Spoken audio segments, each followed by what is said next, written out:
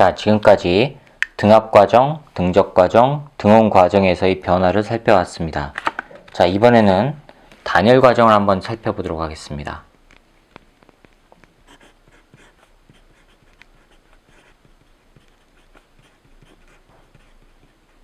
단열과정이에요. 외부로부터의 열 출입이 없어요. 즉,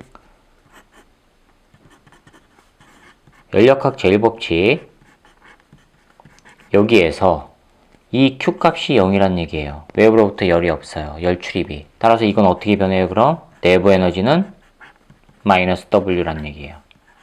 단열 과정이요. 그렇죠? 그럼 무슨 얘기예요? 부피가 증가하면 어떻게 돼요? 온도가 내려간다는 얘기예요. 내려가야 돼요. 자, 그럼 이거 봅시다. 그래프 상황으로 해서 봅시다. 자, 이 그래프입니다. 여기 부피고요. 여기 압력이에요. 자, 두 개의 그래프를 그릴게요. 하나는 T1, 하나 T2. 자, 이렇게 돼 있다고 칩시다.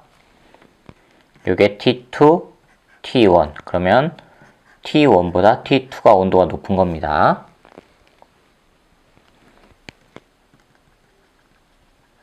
자, 여기 V1, V2라고 할게요.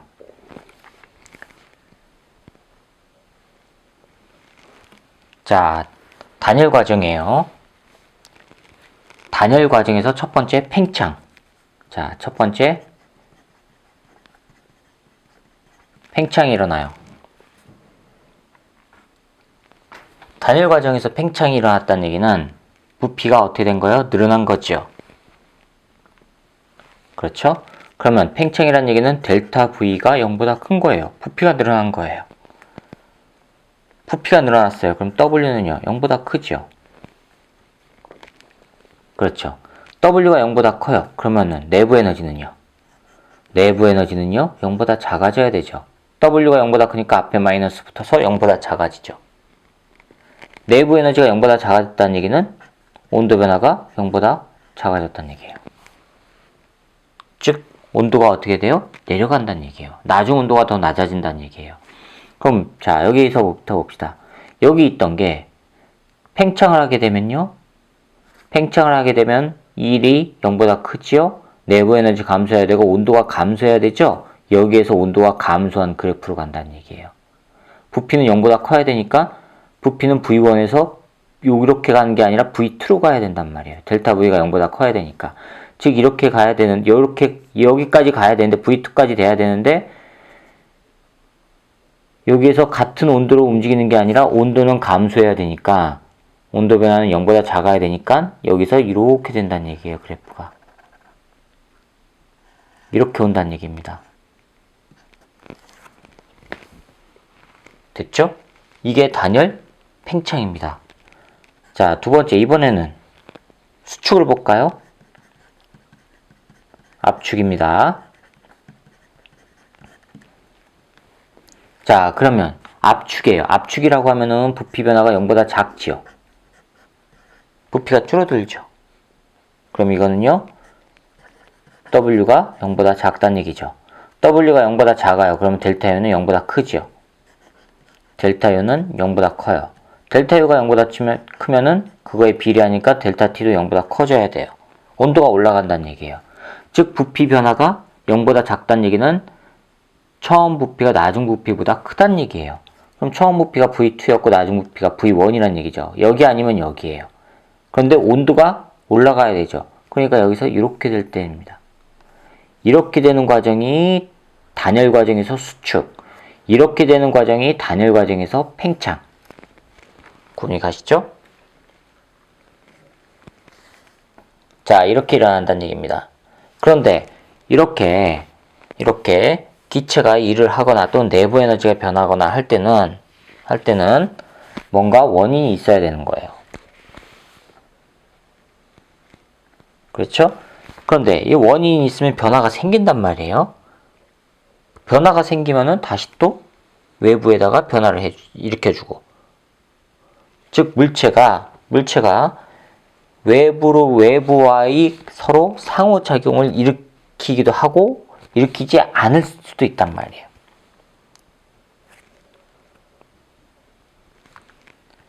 자, 그 경우를 가지고 뭐라고 하느냐? 가역과정과 비가역과정이라고 해요.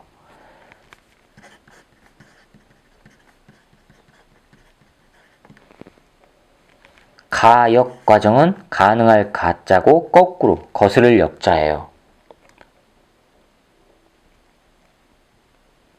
이게 무슨 얘기냐면 물체가 처음의 상태로 되돌아가는 현상이에요.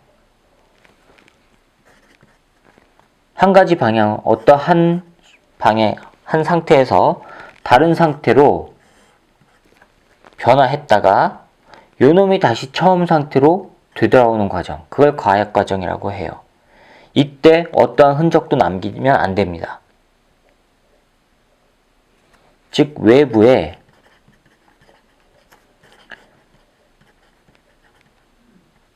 아무런 흔적 없이,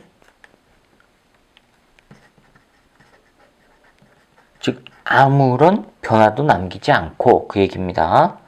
처음의 상태로 되돌아가는 과정, 흔적 없이 처음의 상태로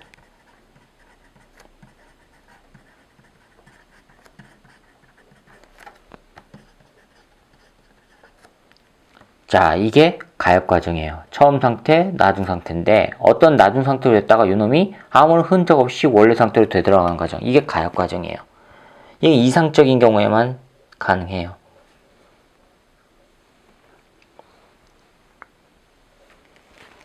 그런데 일상에서는 이 가역 과정이 안 일어나요.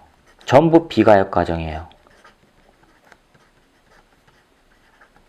다시 처음 상태로 그대로 되돌아오는 거는 불가능하다는 얘기예요.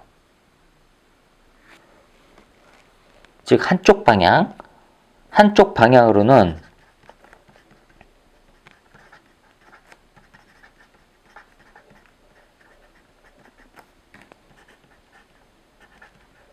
자발적으로 일어나지만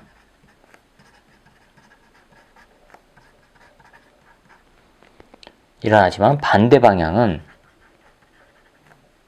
방향으로는 저절로, 즉 자발적으로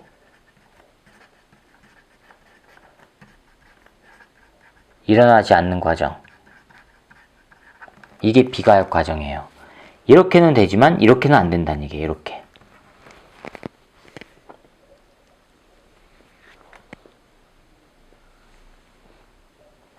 됐죠? 제가 지금 사용하는 이 만년필 속에 있는 잉크, 이걸 물에다 딱 떨어뜨리면요 쫙 퍼지죠. 그게 한쪽 방향으로 일어난 거예요. 그런데 그 퍼진 잉크가 다시 또 모이진 않는단 말이에요. 됐습니까? 자, 이 비가역 과정과 관련된 게 바로 연력학 제2법칙이에요.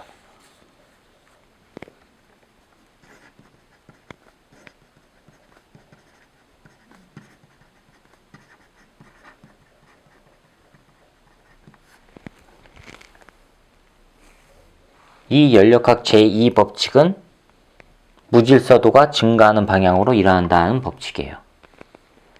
자연현상은 내버려 두면요 자유롭게 퍼져서 규칙적이지 않고 무질서가 증가하는 형태로 일어난다는 얘기예요.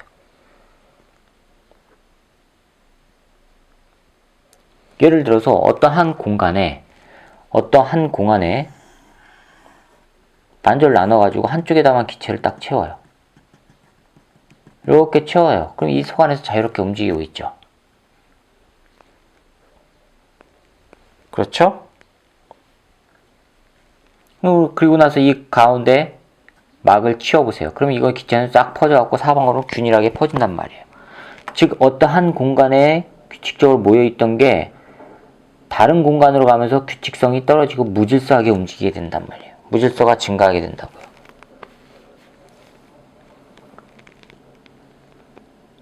한쪽 방향으로만 일어난다는 거, 그게 연력학 제2법칙이에요. 그래서 여기서 나온 게 바로 또 열은 어떻게 돼요? 열은 고온에서 항상 저온으로만 가지 저온에서 고온으로 스스로 가지 못한다 라고 하는 게 또 연력학 제2법칙이에요. 구분이 가시죠? 자, 그러면 이렇게 열을 가지고 1로 바꾸는 장치가 바로 열기관이라고 했어요. 그럼 이러한 열기관이 바로 열역학 제2법칙에 만족이 된단 말이에요. 됐습니까? 그러면 열역학 제2법칙에 만족하는 이 열기관은 다시 또 두 가지로 나눠요. 첫 번째 내연기관과 두 번째 외연기관, 이렇게 두 가지로 나눕니다. 이게 어떻게 다르냐? 외연기관은 바깥에서 에너지를 가해주는 겁니다. 즉 바깥에서 연료를 연소시켜서 내부의 변화를 일으켜주는 거예요. 바로 뭐예요? 산업혁명 때 나온 증기기관. 여기 물이 들어있어요. 물이. 그런데 밖에서 연소시켜서 불을 떼주죠. 그러고 나서 나온 증기를 가지고 일을 한단 말이에요. 여기서 나오는 증기를 가지고. 그렇죠? 그러면 이 내부에서 에너지를 가해가지고 한 게 아니라 외부에서 가해준 열을 갖다가 내부에게 전달시켜서 하는 거예요. 그러니까 어떻게 돼요? 외부에서 연료를 연소시켜가지고 이거를 내부에 있는 거를 변화시킴으로 인해서 일을 해주는 장치. 그게 외연기관이에요. 내연기관은요, 내부에서 변화시켜주는 거예요. 연료를 연소시켜가지고 그때 나오는 힘을 이용하는 거예요. 바로 뭐예요? 디젤이나 휘발유, 가솔린 기관 같은 거.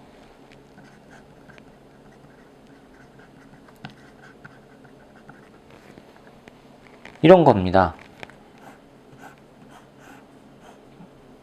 자, 이거를 하면은요, 여기 피스톤이 이렇게 있어요. 이 안쪽에다가 연료를 분산시키죠. 연료를 분산시켜서 여기서 뻥 터트려요. 이 내부에서 뻥 터트려가지고 그 내부에서 발생한 힘을 가지고 일을 한단 말이에요. 내부에서 연소된 힘을 가지고. 그게 내연기관이에요.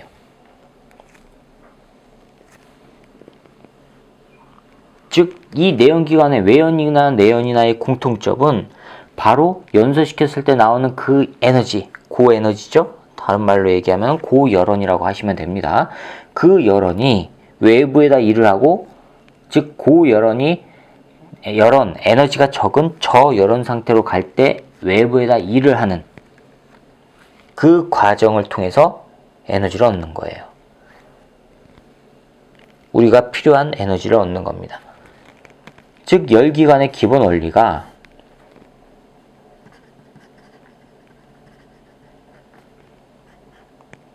T1이라고 할게요. 여기에서 저열원으로 에너지는 자연스럽게 이동을 해요.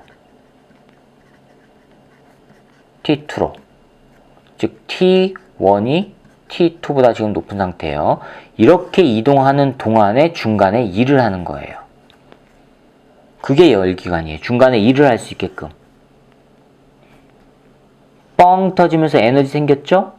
에너지 생긴 게 밖으로, 에너지가 적은 밖으로 이동하는 동안에 피스톤을 밀어내면서 일을 한단 말이에요.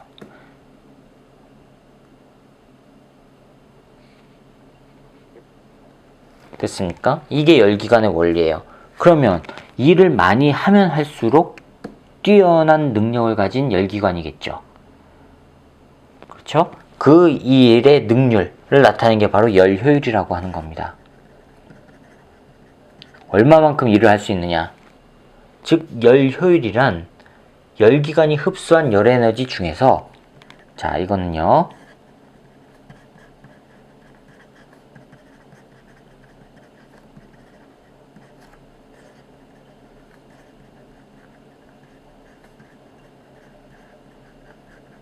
열기관이 흡수한 열 에너지 중에서 실제로 외부에 한 일,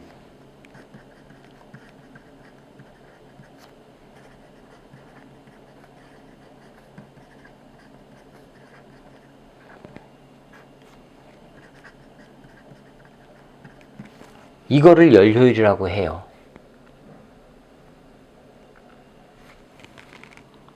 됐죠? 그럼 열기관이 흡수한 열 에너지, 이거가 지금 Q1이라고 하고요. 외부의 한 일, 이걸 W라고 할게요. 그 열원은 이게 지금 Q1을 열기관이 흡수하는 거예요. 그러고 나서 저 열원 Q2가 된단 말이에요. 됐습니까? 그거의 비율이에요. 그러면 흡수한 거에서 외부에다 해준 일, 이게 바로 효율이란 얘기예요. 그럼 이거는 어떻게 나와요? 에너지 보존 법칙에 의하면 이거는 Q1은 W 더하기 Q2죠. 그럼 W는 Q1 빼기 Q2죠. 그럼 Q1 빼기 Q2란 말이에요. 그럼 이거는요, 1 빼기 Q1분의 Q2 나오죠. 이게 효율이란 얘기예요.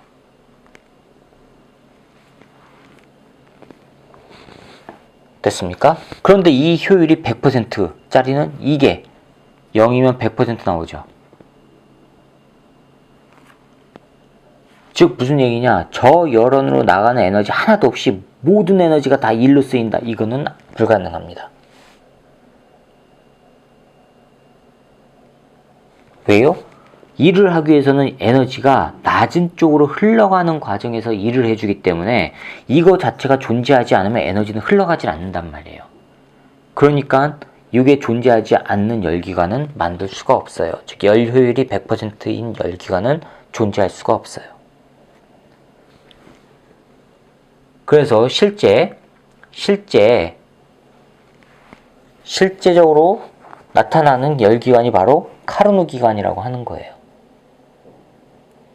이 카르노 기관은 부피가 일정할 때가 아니라 부피도 변하고 온도도 변하고 하는 과정에서 나타나는 기관입니다.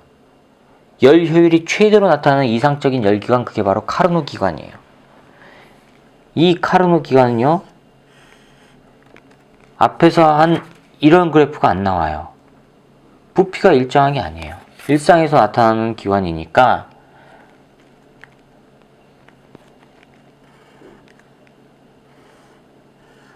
이런 식으로 나타난단 말이에요.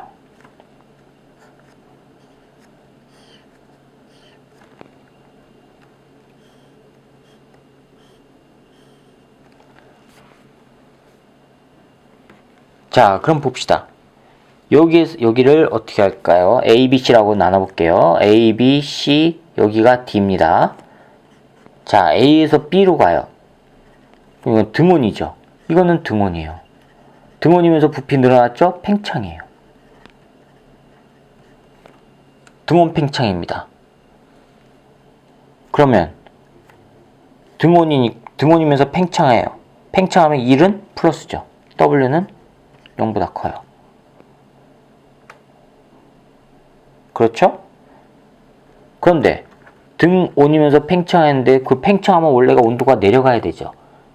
온도가 내려가야 되는데 등온이래요. 그럼 밖에서부터 에너지가 들어와야지만 일정하게 유지가 되죠. 그럼 밖에서부터 들어오니까 Q값도 0보다 커요. 그럼 내부 에너지는요? 내부 에너지는요?